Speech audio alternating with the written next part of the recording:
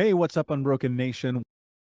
So, Yes. what was your journey to not only getting to the place of loving yourself, but of allowing love to exist in your life? Oh, I love this question.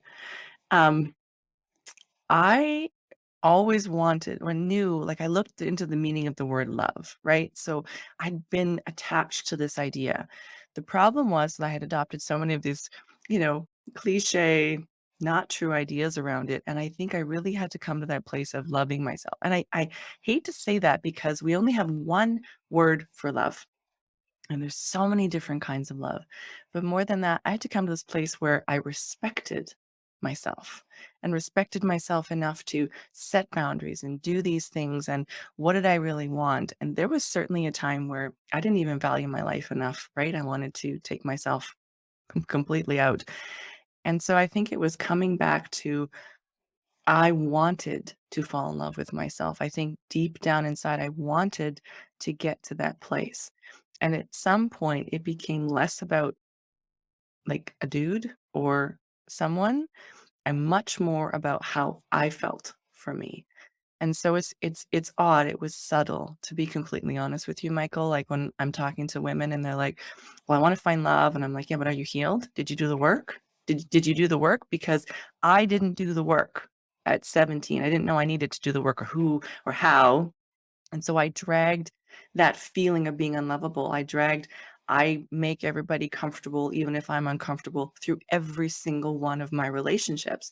And so I compromise, right? The people are like, well, how did you end up with $350,000 worth of debt? And I'm like, because I compromised. I kept on doing these things. I didn't respect myself. I didn't have the courage to say no. I thought I was unlovable and who wouldn't love me? And if I could go back to her at 17, I'd say, girl, hit the pause button and hit it now.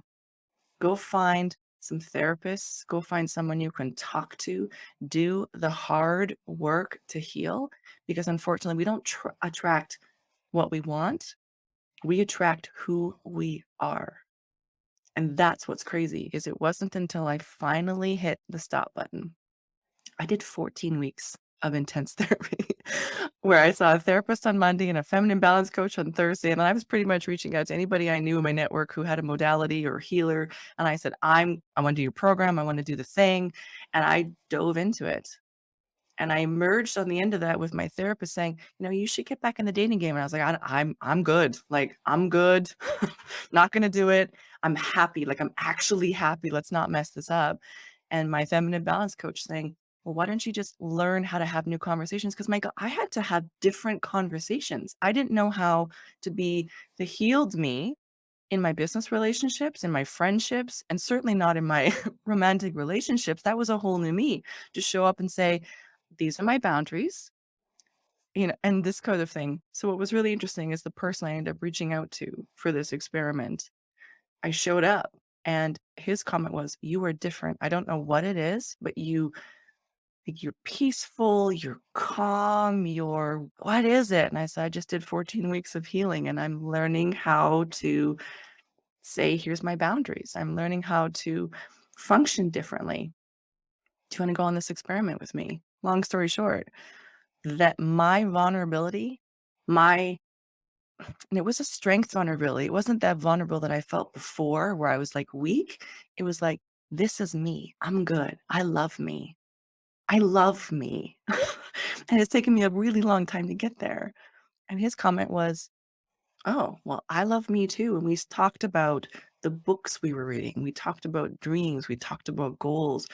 It was a different respect. I felt respected. And from that respect and friendship, the love was just the next step. And my dad had always said, when you fall in love and you choose that person, it should be the easiest decision of your life. And it had not been easy up until that point. To be honest with you, I don't know how many people I dated that I didn't actually like. And that's not surprising to me because I didn't like me for the longest time.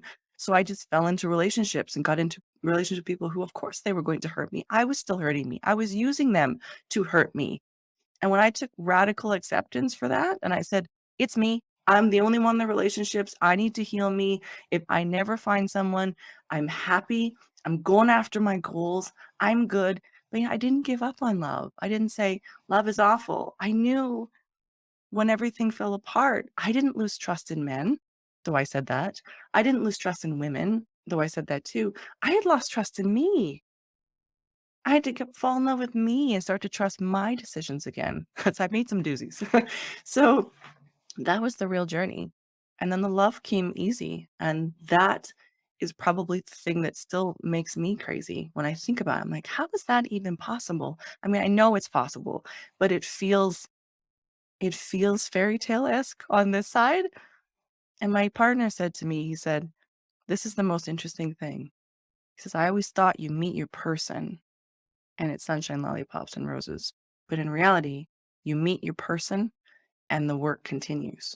He's the best mirror in my life to show me all the areas that I'm still not free.